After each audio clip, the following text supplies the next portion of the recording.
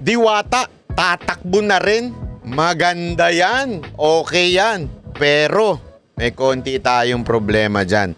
At yan ang ating pag-uusapan ngayong araw na ito. Dahil alam nyo mga kababayan, tayo po ay pamilyar ho sa sistema ng party list. Kung maaalala nyo po, tayo po ay tumulong po noon kay Madam Mocha Uson sa party list. Kaya alam po natin ang lahat ng pasikot-sikot at kalakaran dyan sa party list. Kaya nga itong ginawang pagtakbo ni Diwata o pag-file ng kanyang nominee bilang vendors nominee na party list, di ba? Ay maganda sana ang kanyang puso, maganda ang kanyang hangarin, maganda sana ang kanyang nais mangyari. Ako ay pabor sa kanyang nais mangyari.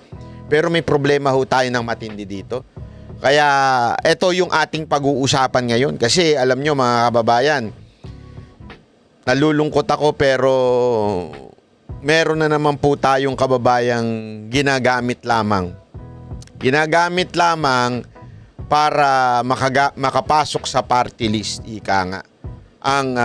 Maging congressman ang iilang kababayan natin. Alam nyo kasi, alam nyo kung bakit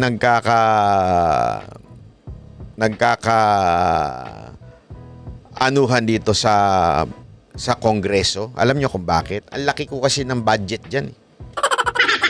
Lalo na ngayong panahon na ito, sa panahon ni Tamba, sumipsip ka lang, dilaan mo lang puwet ni Tamba, maganda na kagad ang proyekto dyan. Maganda kagad ang budgetan dyan. Kaya marami talaga hong nagkukumahog na maging congressman o maging representative ngayong panahon na ito. At gagawin ng lahat ng bagay para makapasok. Ito, paliwanag ho natin ha. Pakinggan natin si Diwata kung ano ba ang kanyang nasa isip at bakit siya nag-file ng kanyang nominee bilang party list vendor na vendor. Ito. Ayan, magandang hapon po sa ating lahat. My name is Deo Balbuena, ang tunay ko pong pangalan. At kilala po ako bilang isang Diwata Pares. Nandito po kami para mag-file po ng COC para po sa vendor party list. At isa po ako sa mga nominado. So maraming salamat po at magandang hapon ulit sa ating lahat. So ayan. Kala ko tapos na. Palakpakan na sana eh. Kaya lang, hindi pa kumpleto ang script. Ituloy natin. Ng vendor party list po ay ito po ay samahan ng bawat maninindang Pilipino na alam ko po na marami ng party list pero ang vendors po kasi wala pa po talagang nagre-represent para po magkaroon ng boses ang bawat maninindang Pilipino. Kaya po nandito kami ngayon para tumayo bilang isang boses ng bawat maninindang Pilipino. Maganda. Maganda ang panimula. Maganda ang hangarin. Maging boses na mga vendors. Maganda, maganda. Totoo, walang biro. Hindi ako nagbibiro. Maganda ho yung hangarin ni Diwata. Tuloy. Di lang po dito sa Manila, kundi sa buong Pilipinas po. Ayan. So, ang kasama ko po ay ang aming founding chairman. Nandito po sila. Kasama namin si Tita Malolipana, Sir Lawrence Pisigan at si Ma'am Cheryl. So, ayan, kami po ang kumakatawan ng vendor party list. Ayan. So, maraming salamat po sa inyong lahat. Okay. First question. Eto na, yari na. Mga katanungan sa Medianoy, no? Sige pong po. magtatanong? Question please. Dwight Plapler. Magkano na ang pares? Hindi. Iba pala yung tanong. Clarification lang, sir. Pang ilang nominee po kayo? Anong sir? Tumayo ka nga dito sa harapan ko? Tumayo ka sa harapan ko! Gago! Anong sir? Hindi. Walang ganan. Tinawag mo kasing sir. Makamagalit yan. Buti na lang hindi ganun si Diwata. Yung nagagalit pagka tinatawag na sir. Sir. Yun ng Diwata. Pang ilang nominee po kayo ng... Tataranta na si yung taga-Rappler nataranta na. Mukhang nagandaan sa beauty ni Diwata. Vendor po ba o vendors po? Vendors party list po kami. Vendors part. Apo. At Letter B o letter V? ang nominee po. Pang-apat po. Bali pang-apat po ako. Pang-apat siya. Take note, pang-apat siya.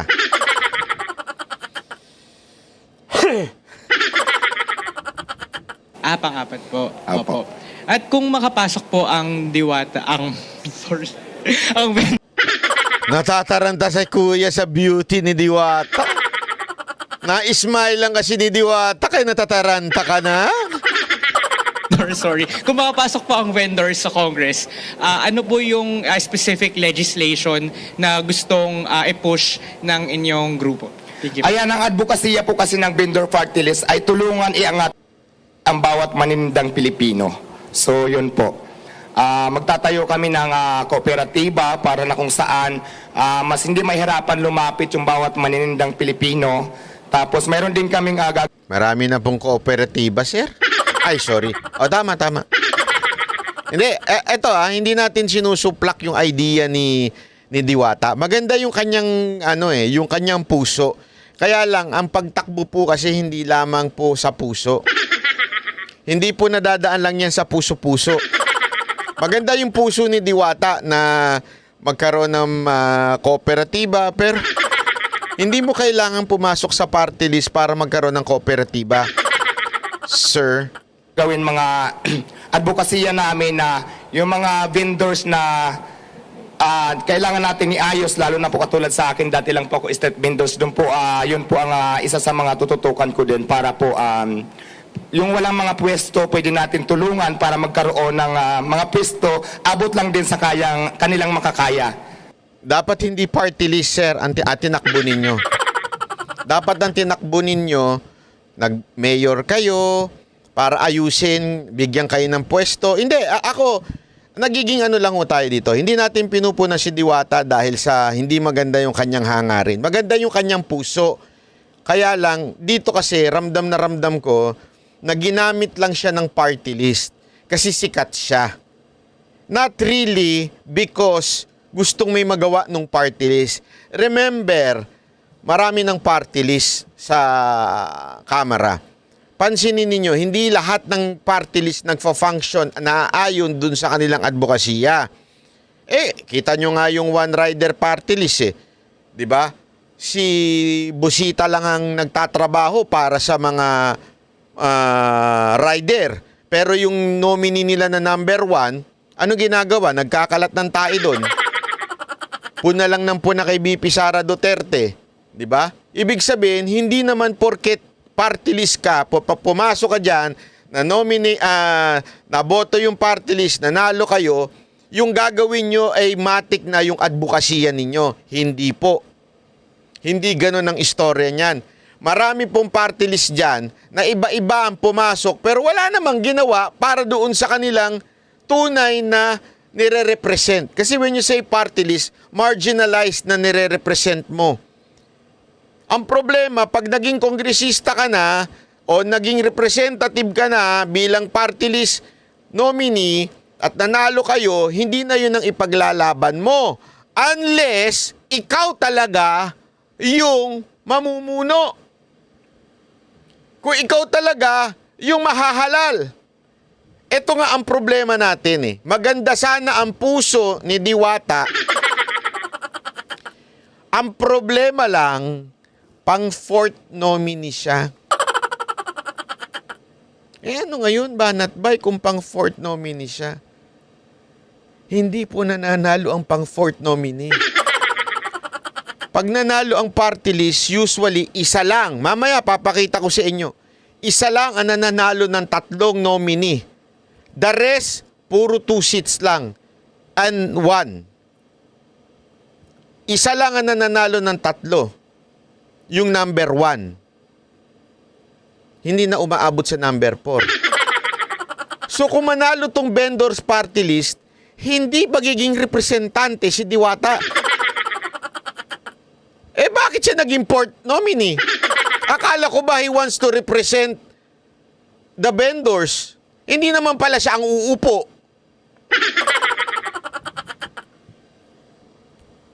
Sana naging endorser ka na lang. sana endorser ka na lang. Hindi ka na dapat naging nominee kasi hindi naman ikaw uupo. Pang fourth ka.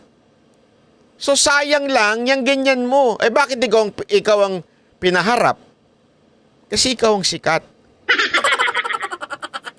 So alam nyo, ito ang tinatawag natin na hindi sila nagpapakatotoo. Hindi si Diwata, baka nga, hindi ko nga sure kung alam ni Diwata to eh. Alam mo ba, Diwata, na hindi ka naman magiging representative? Pag fourth nominee ka, kahit mag-number 1 kayo, which is impossible. Ang posible lang ngayon, alam naman natin, ang malakas dyan, ACT-CIS at saka One Rider Party List. So, imposible kang umupo bilang kongresista at representante. Ano pinagsasabi mo? Bakit ikaw ang nagsasalita? Sabit yan. So, ganon. Sino pa po? Meron pa magtatanong. Kumpe, alam mo, hindi ko nga maintindihan eh. Bakit hindi tinanong niya nung mga medyang naandyan eh. Pang fourth ka lang, hindi ka naman uupo. Bakit ikaw ang nagsasalita? Eh kasi nga, ginagamit lang siya nung party list niya. Wala na. Sa ABS-CBN po may magtatanong. Hi, magandang hapon, Diwata. Sino yung first 3 nominees ninyo? Ayan, yung first 3 nominees po namin, kasama ko sila, nandyan sila ngayon. Binanggit ko kanina, si Tita Malulipana, Sir Lawrence Pisigan, at saka si Ma'am Cheryl. So, sila po yung Okay. tatlo. Oo, bakit ikaw yung mas pinagsalita nila ngayon? Kasi alam ko din naman na mas marami magtatanong pag nandito para sa akin. Kaya ako yung umakyat talaga. Nag-voluntary para umakyat dito na ako na lang yung magsalita. Okay. Tapos isa na lang, Diwata. Yan po kasi ang problema ngayon sa party list system na gusto ko sanang i-emphasize natin ngayon sa pagkakataon na ito. To educate the people pagdating po sa pagboboto ng party list. Magandang pakinggan, meron pa nga dyan, probinsyano, kung ano-ano pang mga party list dyan, na maganda sanang pakinggan, ang advokasya, ganito, ganire, Pacman, o ganito, o ito. Alam mo yon, magaganda sana yung advokasya, ang problema, yung mga nauupo. Hindi natin kinikilatis. Binoboto lang natin yung partido, yung party list, yung pangalan ng party list, tapos kung sino man yung mukha nun. Ito wala akong biro ito. 2 beses tumakbo si Mocha ng party list. Yung una, hindi talaga kanya yon. Ito po ay party list ng isang tao na kaibigan namin, na kasama namin, na pinaniniwalaan namin yung paninindigan sa buhay. At kinuha si Mocha. At kami naman po ay okay, walang problema. Kaya lang gusto si Mocha ang manguna doon sa pangangampanya. Mauna ang maging mukha ng party list na yon. Hindi po ako pumayag at hindi rin po pumayag si Mocha na maging second nominee. Bakit? Kasi, paano kung ang manalo isang nominee lang, which is karamihan o kadalasan ng mananalo lang isang nominee lang, yung first nominee lang. Mukha mo yung hinarap. Mukha mo yung nagsalita. Ito yung advokasya mo.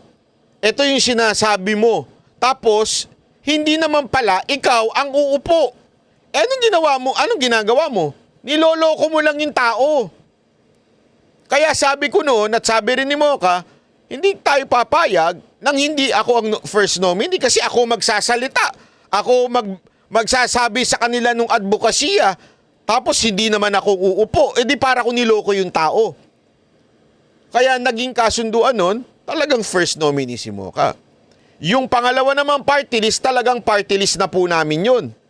Na kung saan siya talaga ang first nominee, siya rin ho talaga ang pinakapinuno ng party list na yun. Kanya po yun. Bakit kanyo? Kasi nga, dapat kung ano talaga yung tunay mong advokasya, kung ano talaga yung tunay mo nire-representa, dapat pag nanalo yan, ikaw mismo ang uupo at lalaban doon sa pinaglalaban mo. Ang problema dito, mga kababayan, yung mga party list ngayon, not only this party list, including other party list, Ang mukha nila, yung sikat. Pero nansad sila, number 2 or number 3 na nominee. So pag nanalo yon, hindi naman sila ang uupo. Pero ang sinasabi nila, yung advokasya nila. Nakukuha niyo yung picture? Halimbawa, si artista kunwari isang artista, meron akong party list. Ang advokasya ko ay sa mga mangingisda, halimbawa lang. Dahil ako isang mangingisda. Pero pag tinanong mo, anong nominee ka? Pang ilang ka? Pangatlo. So pag nanalo yung party list mo at isa lang ang nakuha, hindi ikaw magiging congressman o representante namin? Hindi. Eh bakit ikaw nagsasalita? Nagigets nyo? Yun ang problema ko dito kay Diwata. Bakit si Diwata ang nagsasalita? Bakit si Diwata ang may advokasya pero imposible naman siya maupo? Dahil walang nauupong 4. Kadalasan, 3 lang. Swerte na nga pag makatatlo sa nominee ka sa party list pag sobrang taas ng threshold. Kasi may threshold yan eh. Kung sobrang taas ng boto mo, doon lang uupo yung 3. Hindi pa aabot sa pang-4. Nagigets nyo? Okay sana eh. Ako, sa totoo lang kung first nominee si Diwata, malamang sa malamang, gusto ko itong party list na to. Walang biro. Bakit? Kasi naman, totoo naman, lehitimong vendor si Diwata. Lehitimong from the scratch, from zero, naiangat niya ang vendor. Totoo naman. Let's give it to that person. Totoo yan. Kaya ako, kung sakaling first nominee siya, ay baka ikampanya ko pa ito nang kahit hindi ko kilala. Kasi naniniwala ako dun sa pinaglalaban niya. Kailangan maging mga negosyante, mga Pilipino. Okay yan, maganda yung pinaglalaban niya. Kaya lang, dito, halatang ginagamit lang siya nung may-ari ng party list. Ikaw talaga. Nako. Banat Bay, binuking mo naman. Yung vendors party list, kapag nangyari na natuloy sa Kamara, ano specifically yung isusulong yung panukalang batas? Kasi marami ng party list groups ang nagre-represent sa mga maralita, sa mga mabababa na mga ang trabaho o ang kabuhayan ika. Grabe, maralita. Parang sinasabi mo, ate, maralita si Diwata. Tsaka mga mabababa. Grabe yung nagtanong dito, Ayan, ang mga batas na tulad ng sinabi ko kanina, na magkaroon, kasi di ba sa dami ng party list, pero wala pa po kasi nagre-represent ng vendor party list. Nandito kami ngayon para maging boses sa lahat po ng mga vendor. Alam mo, tama naman yung mga sagot ni Diwata Maganda sana Kaya lang, hindi naman ikaw ang uupo. Para tulungan po, magtulong-tulong kami para At may angat. baka sabihin ng iba, oo nga, Banat Bay, hindi siya ang uupo. Pero ang ipaglalaban ng party list ay yung mga vendor Narinig ko na yan. Ang dami niyan party list sa loob ng Kongreso. Na kunwari, party list na mangingisda, party list ng ganito, party list. Pero nung nandun, ano ginawa? Binatikos lang si BP Sara Duterte. Wala nang iba. Hindi nila ipinaglaban yung kanilang mga party list.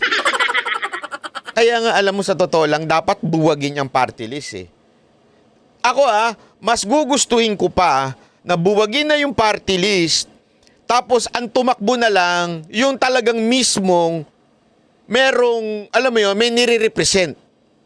Halimbawa, isa kang talaga mangingisda, tumakbo ka bilang representante na mangingisda. Hindi yung first nominee, second nominee. Although kasi wala tayong magagawa, nasa konstitusyon yan. Pero sana, mawala na yan.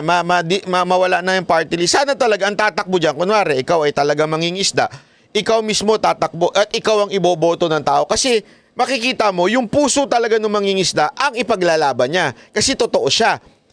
Dito, sana tumakbo na lang si Diwata para pag binoto ka namin, Diwata, ang ipaglalaban mo talaga yung vendors. Hindi yung party list mo iboboto. Pag nanalo party list mo, wala ka naman sa posisyon. Ang nandun, yung 3, o baka 1, o baka 2, na imposible, hindi ako naniniwala na ipaglalaban yung mga vendors. Yun ang totoo. Huwag na tayo maglukuhan. Paikot-ikot pa tayo. Parang ginagago nyo ng mga Pilipino eh. Po ang mga vendors sa buong Pilipinas. Okay, meron pa pong magtatanong. Robert Mano. Teleradyo po yan, Mr. Diwata. Hi sir, magandang hapon. If ever lang ba mabigyan kayo ng pagkakataon na makapagsilbi, makakuha kayo ng pwesto sa Kamara pagdating ng halalan sa Mayo, paano ninyong hahatiin yung oras ninyo? Let's say for example, dahil nominado din po kayo dito, kahit na pang-apat kayo, it would entail a lot of works, di ba? Kailangan nyo pong pag-aralan yung mga panukalang batas na isusulong ninyo. Hindi po ba magiging hadlang ito para doon sa mga negosyo nyo naman na pinapasok ngayon? Hindi po, kasi sa business ko bilang isang Diwata Pares, may mga tao naman po ako na nag-handle na mapapagkatiwalaan ko. Kaya yung oras ko, kaya na... Good answer, Diwata. Actually, alam mo, sabi ko nga sa inyo, si Diwata may utak. Hindi naman aasenso yung negosyo niya nang walang utak yan eh. Aside from masipag, may utak po si Diwata. Kaya nga sabi ko nga sa inyo, kung si Diwata sana ang first nominee nito, perfect eh. Pero hindi eh. Halatang ginamit lang siya eh. Halatang endorser lang. Sana naging endorser ka na lang. Binayaran ka na lang ng endorsement fee. O baka naman binayaran ka. Para ikaw ang magdala ng vendors party list. Ano sa tingin niyo mga kababayan? Baka naman binayaran lang siya. Tapos, pinatakbo siyang, hindi, para mas maganda, fourth nominee ka na. Nako. Mukhang iba-iba ang naiisip. Ikaw talaga. Ikaw talaga? Hindi, totoo ah. Instead of, kasi alam mo, ginagawa dati yan. Si Eddie Garcia, nag-promote nung, I think it was, correct me if I'm wrong, ako Bicol eh. Kasi taga Bicol siya or something. Okay yun eh. Bakit? Trabaho ng artista ang mag-endorse.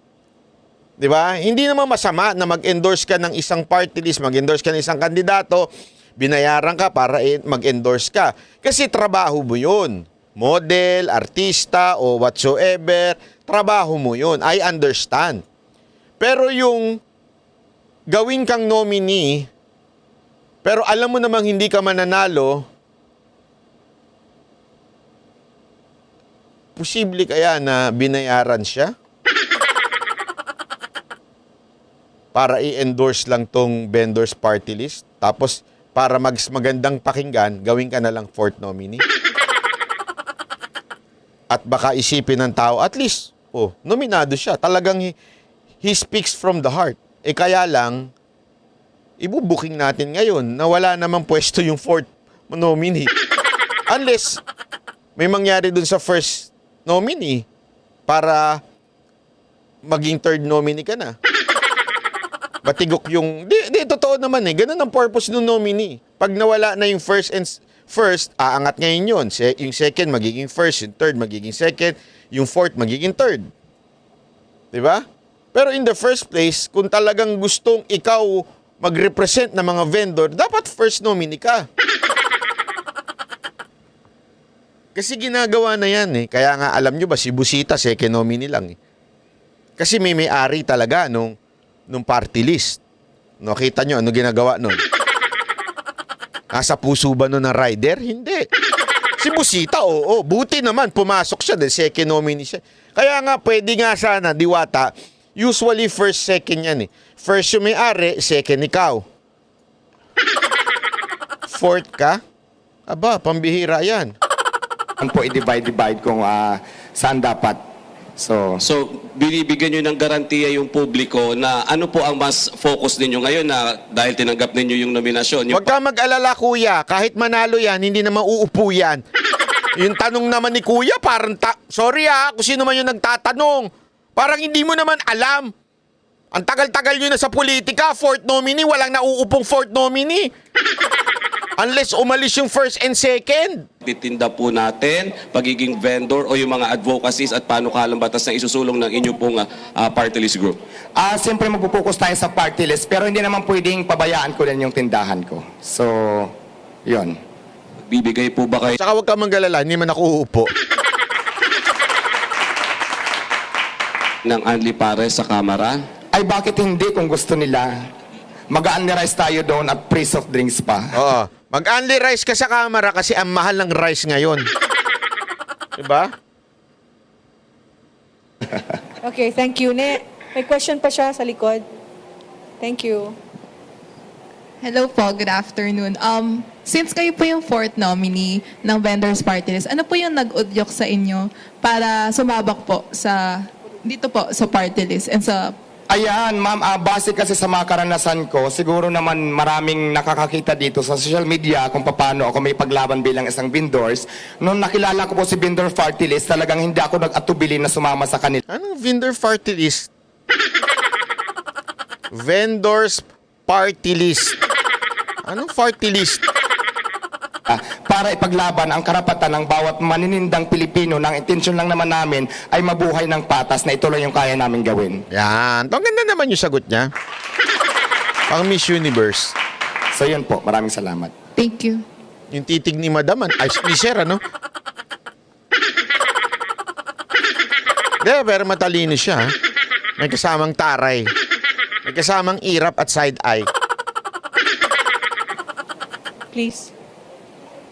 Hindi pa ito titigil. Kasama ba ito sa endorsement ko? Sabi niya siguro na. Ang tagal naman itong trabaho nito. Nalulugi na yun. Yung pares ko, yung mga kalalakihan doon. Nakikipag kering-kengan sa mga server. Biro lang ha. Sir, good afternoon po. Amor Santos po from Newswatch. Sir, ano po sa tingin niyo yung magiging bentahe po ninyo sa pagtakbo ninyo sa halalan? Considering na tama po ba, first time po ninyo nasasabang Yes, politika? first. Dapat sagot mo, ang mukha ko, bakit? Bentahe ang mukha ko. Time po. Ano po yung parang mai-offer nyo na bago sa publiko para makumbinsi Ulit-ulit yung tanong ng mga media, no? No? Sinabi na kang... po sila na bumoto para sa Vendors Party List? Ayan po, kasi ang advocacy talaga ng vendor party list para po sa lahat ng vendors, para nga tulungan yung mga vendors, yung mga nagtitinda, kasi di ba pag vendors tayo, importante talaga yung puhunan. Hindi kasi makapagtinda kung wala kang puhunan. Isa pa yan sa mga advokasya namin na dapat namin gawin pag binigyan kami ng pagkakataon para makaupo dyan sa pwesto. So, yun po. Namimigay kayo ng puhunan? Sa batas po, paano po iyon? Gusto nyo pong magkaroon ng batas na magbibigay ng puhunan po sa mga vendors? Paano po ba yung specific yung bill? sa batas kasi, ito kasi yung dapat bilang isang vendor talaga kasi naranasan ko talaga kung paano talaga makipaglaban sa mga, di ba, nakiklearing tayo. Ang batas na gusto kong gawin, tapos lalong-lalo na po yung sa karanasan ko din na medyo yung permit medyo napakahirap, yun kasi ang naisip ko. Gusto ko mag-implement ako ng batas sa pag-aralan na para mas mapadali. At susunod tayo sa batas talaga, pero yung hindi mahirapan yung bawat maninindang Pilipino na kagaya lang naman sa akin, mga small business lamang po kung tawagin. So parang ganun po yung naisip ko. Tapos yung tulungan yung mga vendors na, di ba, yung iba sabi ko nga, yung mga nasa kalsada, ayusin natin na hindi naman dapat yung basta na lang kukunin yung mga paninda, di ba, kasi lahat naman yan pinaghirapan, yung iba niya iutang pa yung puhunan. May hugot siya, no? Sa clearing, sa pahirapan, sa panininda. Hindi, ako talaga, kung yan pala yung nasa puso mo, Diwata. Ako, suggestion ko lang to, This is a suggestion na baka pwede mo mai-consider in the future, Diwata. Instead of running in party list, which is obvious naman na ginagamit ka lang at ewan ko kung nagpapagamit ka sa halagang magkano, hindi natin alam. Pero instead na pinasok mo yan, sana ang pinasok mo, counselor. Bakit kanyo? Kasi iyan ang unang magkakaroon ng epekto doon sa mga vendors. Hindi mo kasi, hindi madaling yung sinasabi nyo magpapasa kayo ng batas para sa... Alam mo yung papasukin mong salimuot na kukumbinsin mo lahat ng congressman na pumabor dito sa batas na ito. Akala kasi nila ganun kadali eh. Gagawa ka ng batas doon, kukumbinsin mo yung mga congressman. Kailangan meron kang ano din sa Senate, nagagawa rin ng parallel na batas doon. Tapos iba-bycam yan, tapos pipirmahan pa ng presidente yan. So para pag-aksaya ng panahon yung mga maliliit na bagay na pwede namang masolusyonan sa pamamagitan ng ordinansa. Ano ang ordinansa? Batas sa local government. Sa local, halimbawa sa Pasay ka, di ba sa Pasay ka, tumakbo kang councilor doon. Gumawa ka ng batas, ordinansa. Kasama mo yung mga councilor mo, mas maliliit. Yung sabihin yung, kasi ang Congress, national ang scope. So ang mga dinidiscuss dyan, yung pang-national. Pag mga maliliit na bagay, tulad ng ganyan sa mga vendors, ganyan sa local, ordinance yan. Trabaho na yan ng mga councilor na gagawa ng ordinansa na mapapadali ang buhay ng mga vendors. Halimbawa, magawa kayo ng ordinansa na dito sa lugar lang na ito, pwedeng mga vendors. Hindi pwedeng i-clearing. O sa lugar na ito, ganito lang. Ang mabilis ang proseso, magkakaroon ng one-stop shop sa loob ng Pasay City Hall. Mabilis na solusyon sa mga maliliit na problema na maaabot yung maliliit nating kababayan. Mabilis yun. Kung gagawin mo sa Congress yan, tapos na ang termino nyo, hindi nyo pa nagagawa yan. Bakit? Sa sobrang dami ng batas na nakapila at siyempre palakasan pa yung ka-speaker. Plus, kailangan mo pang kumbinsihin ng Senado na magkaroon din sila ng sariling batas na ganun. Hindi, nagpapakatotoo lang tayo para mas maunawaan ng ating mga kababayan, ano ba ang purpose ng party list? Ano ba ang purpose ng pagtakbo sa nominee ng party list? Ano ba ang purpose dun sa local government? Kung gusto mong mabilis na solusyon, local government ang pasukin mo. Kaya nga 'di ba umayos yung Maynila at kay Isko, yung mga vendors na ayos. Congressman ba si Isko nun? Dinaan niyo pa ba sa Congress yun? Hindi na. Simple as local government. Mayor ke. Yung vice mayor mo yung pinuno ng councilor, yung mga council na naiboto doon. Sasabihin mo lang, gumawa kayo ng ordinansa, ganito, ganyan, para mas mabilis ang takbuhi. Di ba? Doon sa baba, sa ilalim. At ikaw talaga ang binoto ng taong bayan, hindi yung party list mo. Isa pa yan sa mga naisip ko na gagawin ko para makatulong sa bawat manindang Maganda kasi yung idea niya. Maganda yung nasa isip niya, maganda yung nasa puso niya, mali yung tinatakbo niya. Pilipino. Okay, thank you. Last question, please. Sige, ha. Yung nasa dulo na girl. Papas lang po ng microphone. Question lang po, paano niyo po nakilala ang vendors party list? At kayo po ba ay voluntary na sumama po na maging fourth nominee or inimbitahan po kayo? Voluntary po akong sumama kasi last year ko pa silang nakilala. Tapos yun nga, napag-usapan namin regarding sa vendors. Ako mismo yung voluntary sumama kasi gusto ko din talaga, tulad ng sinabi ko kanina, na magkaroon ng boses yung bawat maninindang Pilipino para ipaglaban din naman yung karapatan ng bawat manininda. Kaya po sumama ako ng kusa sa kanila para mag-volunteer. So yun po, ma'am. Maraming salamat. Maraming salamat. Okay, sino ba po? Yung sagot niya lagi, no, parang may taray na kasama na maganda. Hindi, nakakatuwa to si Simple yung yung mga sagot niya, pero merong di ba? Sinabi ko naman sa iyo. Ganun. Sir, isang question lang. Can you tell us lang background lang po ng vendors party list? Kailan na paulit-ulit. Siya finorm? Ayan, yung vendor party list po. Pero believe ako sa kanya, memorize niya kung kailan finorm. Ng manindang Pilipino. Nag-umpisa ito nung June 24, 2022. Tapos na-registered namin ito nung January 10, 2024. Galing, memorize. Ang galing niya magmemora ha kasi sigurado ako binigay lang sa kanya yun eh. Sabi sa kanya, "Oh, ito memorizein mo ha." Kasi baka ma-technical tayo, hindi nila alam na pumasok ka na lang bandang uli. Hindi. Joke lang. Pero ito lang, ipapakita natin ito ha. Para mas maunawaan ninyo yung sinasabi ko kung bakit imposible ang fourth nominee. Ito'y halimbawa nung nanalo nung 2022. Okay, sa GMA Network yan, .com. Ayan, nilagay ko lang sa reading,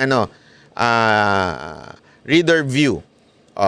Kung makikita ninyo, the Anti-Crime and Terrorism, ayan, AXIS, reach 2.1 million votes.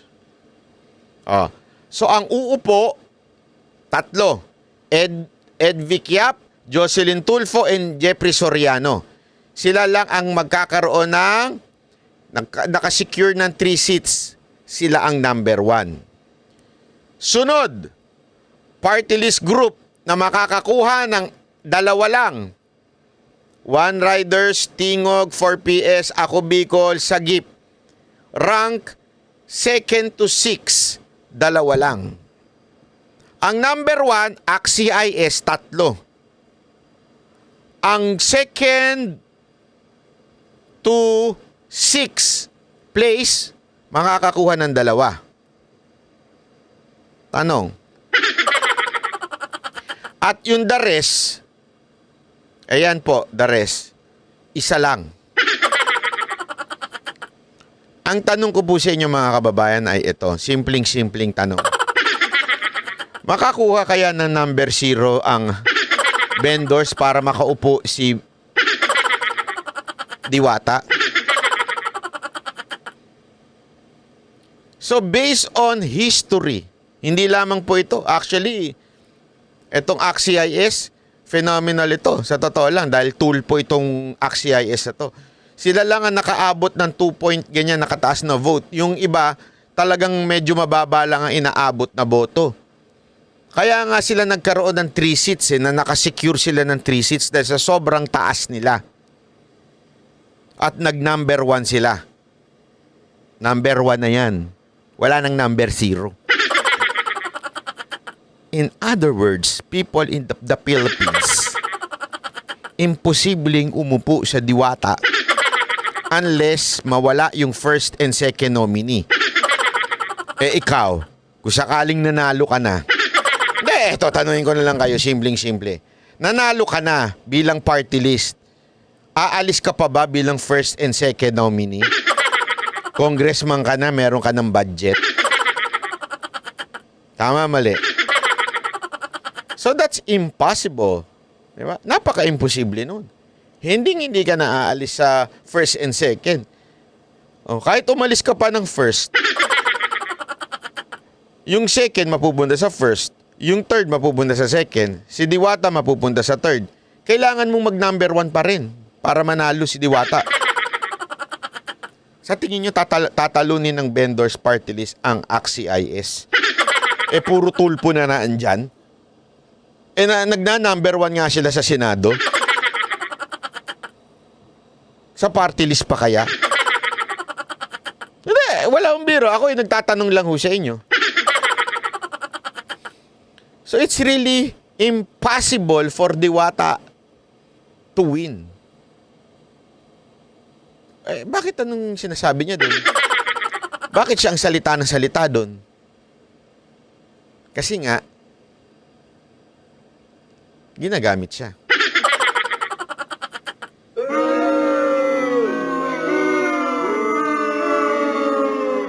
Kaya, alam mo mga kababayan, sabi ko nga sa inyo wala akong problema kay Diwata.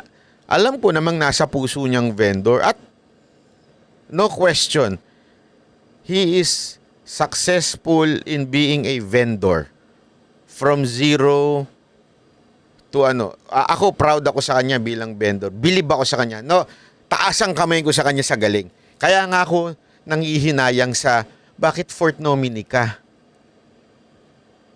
Halatang ginagamit ka lang nung party list mo. Sana tumakbo ka na lang councilor ng Pasay. Diba? Tumakbo ka na lang dun. Mas marami kang magagawang councilor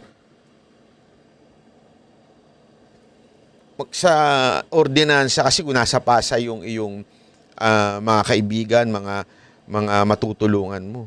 From small, palaki. Sa Congress, wala. Hindi ka na nga mananalo, hindi ka nga magiging kongresista eh. Kung ipanalo mo man, yung mga kasama mo. Unless may bonus ka pag nanalo yung party list mo. Okay yun. Palakpakan. Gago! Di totoo naman eh kung ano. Pero kung wala, sayang, di ba? Sayang lang. Ayun lang naman po sinasabi ko. Okay? So, yun lamang po ang atin. Hindi natin binabati ko si Diwata dito. Minumulat ko lang ang ating kaisipan patungkol po sa party list system. Pati din po sa issue ng kung ano yung mas makakatulong talaga. Kasi alam mo, naintindihan ko maraming kababayan natin na maganda yung puso. Maganda yung kanilang puso tumulong sa ating kababayan. Kaya lang, syempre, papaikot-ikuting ka ng mga politiko. Paiikutin ka niyan kung anong ano. Kung saan ka, ano. Hindi, ito, walang biro to. Kaya nga, di ba? Sinasabi ko nga sa inyo Noong 2016, nanalo si Pangulong Duterte. Kilalang kilala si Mocha noon. Kasi talagang lagi siyang asama sa lahat. Lagi siyang binibida ni Pangulong Duterte. Ang dami nagsabi sa kanya, 2019, tumakbo kang senador. Yun ang pinakamalakas ng administrasyon yung midterm election. Bibit-biting ka ni Duterte. Mananalo ka diyan, yun ang talagang ang dami. Pero alam nyo, hindi Kaya nga doon time na yun, sinabi ni Mocha, hindi. Magsimula muna ako sa mas mababa. Kaya nga tumakbo na lang muna siya ng party list. Hindi siya nanalo dahil una-una yung pangalan ng party list niya hindi kilala. Tapos, yun yung unang-una niyang party list Hindi kilala, hindi mo nga mabanggit, hindi nyo na maalala Yung pangalawang takbo niya na, mahirap na yung part na yun kasi hindi na midterm election yun. Yun na yung part na nilalaglag na ng mga kaalyado si Pangulong Duterte kasi ending na yun. So, wrong timing. Kahit ba pangalan niya na yung naandun, wrong timing. Tapos, presidential election yun Diba? Nung tumakbo siya. At grabe grabe ang singilan. Sana nga kung tumakbo nga daw siya sa ilalim ni Marcos noon, abay, mas posible pa siyang manalo. Kaya lang, nanindigan kami. Ayaw ni Pangulong Duterte kay Marcos, hindi kami magmamarcos. Kahit alam naming mas malaki ang posibilidad na manalo kami nung time na yon kung nasa ilalim kami ni Marcos. Pero hindi kasi ang point dito manalo. Ang point dito, yung manindigan ka. Whether you win or you lose, you stood up doon sa pinaglalaban mo talaga. Kaya nga ngayon, kung bakit papansin ninyo, pwede naman siyang tumakbo. Ang dami nagsasabi, dapat tumakbo na lang siya ng vice mayor ni Yorme. O dapat tumakbo na lang siyang congressman sa district na yun. Hindi ho. Kasi alam nyo, ang motibo po kasi ni Mocha, hindi naman po, kung saan yung mataas, doon ako, hindi. Ang motibo ni Mocha, kung saan siya makakatulong at makakapagsilbi, whether maliit, mababa, doon na, okay na yun.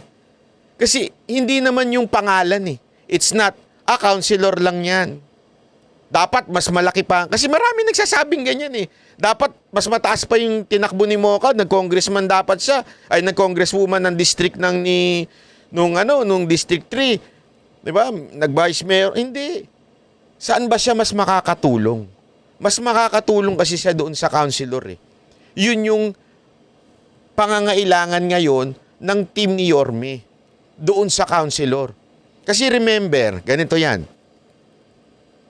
Kaya napaka-importante nito. Nung tumakbo si Yorme, ilan lang ang sumama sa kanya? Isa lang na congressman. Alam ko, isa lang. Yung mga councilor, ayaw sumama sa kanya. Bakit? Mawawalan sila ng budget. Ganun ang ginagawa ngayon sa mga councilor na sumama kay Yorme. Sinisipa. doon sa City Hall, as in hindi binibigyan ng boses. Kita nyo nga, kaya nga nagkaaway-away, di ba? Wala. Ibig sabihin, kukulangin si Yorme ng councilor. Kukulangin si Yorme ng councilor, kaya napag-usapan na importante yung councilor ang magkaroon. Bakit? Kasi kung ikaw mayor, yung mga councilor mo puro kalaban mo. Ibig sabihin, in other partido, sa ibang partido, hindi mo kakampi. Alam mo gagawin nun? Ititenga yung mga ordinance o batas na gustong gawin ni Yorme para mapabilis ang takbo ng Maynila. Gaganti yun, lalaban yun. Tinalo mo yung mayor namin. Yari ka sa amin. Mas marami kaming councilor ni Mayora. Pahihirapan ka namin para wala kang magawang trabaho. Ganun ang gagawin nila. Kaya nga, kailangan ni Yorme ng mga kaalyadong councilor. Si Mocha kasi is a good servant. Masunurin tao yan. Kaya tinan yung panahon ni Pangulong Duterte. Number 1 na servant ni Pangulong Duterte yan pagdating sa OFW. Number 1 niya yan na talagang pagkakailangan ng tulong ng OFW, si Mocha tatawagan, tutulungan niya, laabutin niya. Ganun si Mocha. Kaya nga this time sabi niya, sige Yorme, mag-serve ako as councilor para at least matulungan ka pag meron kang mga gustong batas na para mabilis ang pag-asenso ng Maynila. Para mas lalong umangat ang Maynila mabilis. Kaya tingnan ninyo, importante yung mga councilor na kaalyado ni Yorme ang iboto natin sa District 1, District 2, 3. Importante yun. Kasi pag puro kalaban na nandun at nanalo, wala, mahihirapan si Yorme. Kasi nung last time kaya naggawa niya in 3 years na malupit, kasi lahat kakampi niya this time, nag-divide Di ba? Napunta kay Lacuna. Siyempre, wala kang budget. Pag umalis ka, tumiwalag ka kay Lacuna. Kaya kailangan ni Yorme ng councilor. Kaya dyan tumakbo si Mocha. Dyan kasi siya makakatulong. It's not the name, it's how you can help. So, hoping, ako mga kababayan, mga banateros, lalong-lalo na sa District 3 ng Maynila, tulungan natin si Mocha na, alam niyo yun, tulungan natin kasi ang hangarin niya, tulungan si Yorme na maibangon ng Maynila. Na alam mo yung maibalik yung ganda ng Maynila, yun ang motibo ni Mocha. Yun ang gusto niya mangyari. Kaya siya tumakbo dyan. Sana tulungan natin si Mocha.